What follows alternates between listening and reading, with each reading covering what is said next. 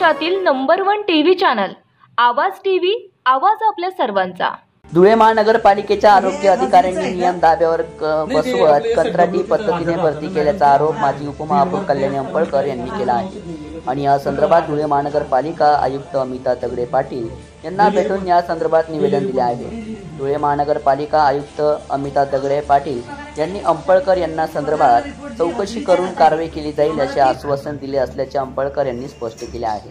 धुळे महानगरपालिका अंतर्गत आरोग्य विभागामध्ये कंत्राटी पद्धतीने भरती प्रक्रिया राबविण्यात आली व यामध्ये 43 वर्षाच्या आतील महिला कर्मचाऱ्यांना कंत्राटी पद्धतीने भरती करावे असे आदेश असताना 43 वर्षाच्या पुढील वय असलेल्या महिलांची भरती या प्रक्रियेदरम्यान करण्यात आली असल्याचा दावा माजी उपमहापौर कल्याणी अंपळकर यांनी केला असून या संदर्भात चौकशी करण्याचे आदेश धुळे महानगरपालिका आयुक्तांनी दिले आहेत।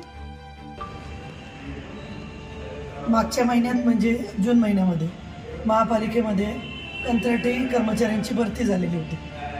चंद्रकांत जाधव साहेबांकडे ती भरती होती आणि ते आरोग्य अधिकारी असल्या कारणाने त्यांच्याकडे 40 लोकांची भरती झाली आणि त्याच्यामध्ये आमचेही काही ओळखी पाळखीचे काही बिचारे गरीब लोक होते, त्यांच्यासाठी म्हणून मी त्यांच्याशी संपर्क साधला। त्यांनी त्या मुलांची आमच्या त्यात लिस्टमध्ये नावं न आल्यामुळे त्यांना आम्ही विचारणा केली।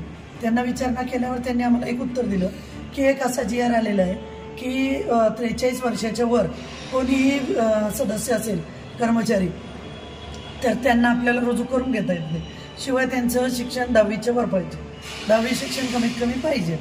मग त्या अगोदर काही एक 3-4 महिला आपल्याकडे कार्यरत होत्या, त्यांना ज्या त्यांच्या हिशोबाने होत्या म्हणजे लिगल होत्या त्यांना त्यांनी घेतलं, बाकीच्यांना त्यांनी घेतलं नाही। त्याच्यावर आम्ही विचारणा केली असता त्यांनी आम्हाला सांगितलं की आम्हाला GR आला आहे आणि त्या GRच्या पद्धतीनेच आम्ही काम करतो। नंतर मी त्यांना एक लेटर मागितलं की तुमचं जे भरती केलेले 40 लोक आहेत तर कोणत्या कोणत्या लोकांचे तुम्हाला अर्ज आले होते आणि तुम्ही कोणाची भरती केली तर ते आम्हाला एक पत्र द्यावं।